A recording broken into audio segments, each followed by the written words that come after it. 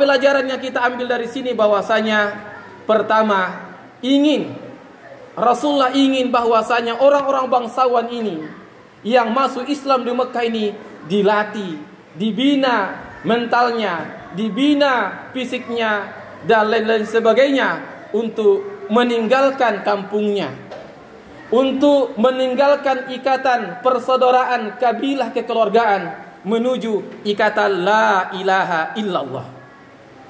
Karena ikatan la ilaha illallah ikatan yang urwatul usqa, ikatan yang paling kuat, ikatan yang tidak bisa dikalahkan dengan ikatan nasab, ikatan persaudaraan sekampung atau seprofesi dan lain sebagainya. Itu yang akan ditunjukkan Rasulullah sallallahu alaihi wasallam.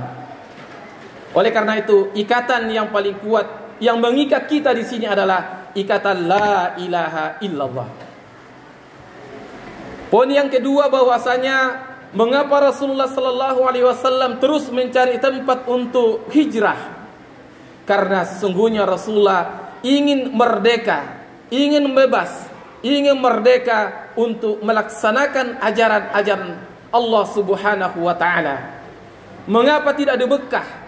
Karena luar biasa tantangannya. Awalnya dia mencari ke Taif, barangkali di Taif karena di sana banyak saudaranya dan tempatnya bagus, di sana ditolak. Akhirnya ke Habasyah. Tetapi setelah Isra wal Mi'raj Rasulullah sallallahu alaihi wasallam tahun ke-10 Hijriah, tahun ke-10 kenabian, di ujung-ujung Rasulullah sallallahu alaihi wasallam diizinkan hijrah oleh Allah Subhanahu wa taala ke Yathrib. Mengapa Yathrib? Karena tempat sanalah beberapa kaum Ansar yang telah datang ke Mekah untuk berbaiat kepada Rasulullah, baiat Ridwan dan baiat Aqabah, yang setiap kali mereka pulang ke Yathrib atau Madinah, semua yang dilalui kampung-kampung yang dilalui mereka mau masuk Islam atas informasi yang dia dapatkan dibawa dari Mekah. Hadirin yang dimuliakan Allah Subhanahu wa taala. Hikmah kedua yang kami ingin sampaikan bahwasanya Rasulullah sallallahu alaihi wasallam dalam proses hijrah ada perencanaan-perencanaan di sana. Rasulullah sallallahu alaihi wasallam biasanya sore hari datang kepada Abu Bakar, tetapi setelah ada perintah hijrah, ia mendatangi Abu Bakar ba'da zuhur, ketika mata-mata Quraisy tidak ada, ketika orang-orang yang mengintai Rasulullah sallallahu alaihi wasallam sedang tidak memperhatikan atau lagi lengah. Demikian juga Rasulullah sallallahu alaihi wasallam mempersiapkan 4 hari untanya untuk dipakai untuk berangkat ke Yathrib atau Madinah. Ini juga menunjukkan bahwasanya hijrah itu harus kita persiapkan. Karena konsekuensi kalau kita hijrah adalah banyak konsekuensinya, banyak tantangannya. Ketika kita bertekad meninggalkan dari kelompok, dari komunitas yang buruk, bergabung ke komunitas orang-orang yang baik, ada celaan di sana. Jika kita berada pada suatu kondisi, pekerjaan apapun namanya, pasti dan mau meninggalkan, mau hijrah, pasti ada tantangan dan rintangannya.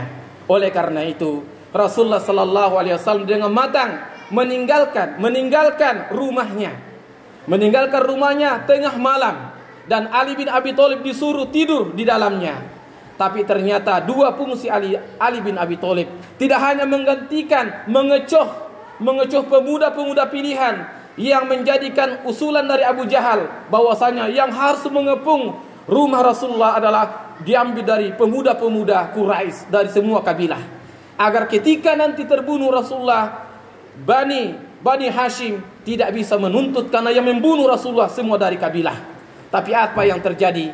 Yang disuruh untuk menempati ranjang Rasulullah, kamar Rasulullah, Ali bin Abi Thalib. Tetapi ada hikmah di sana bahwasanya tidak hanya menggantikan Rasulullah, ternyata ada 2 tugas Ali bin Abi Thalib. Yang pertama adalah, wahai Ali, saya akan hijrah, saya akan meninggalkan Mekah. Tolong semua titipan-titipan orang-orang kepadaku, semua titipan orang kepadaku, saya titipkan kepadamu. Kalau saya sudah sampai di Yathrib, Madinah nanti, tolong sampaikan amanat-amanat ini. Dan titipan itu tidak hanya datang dari kaum muslimin, tetapi juga orang-orang yang masih kafir, masih musyrik, masih menentang Rasulullah. Ini menunjukkan betapa amanahnya Rasulullah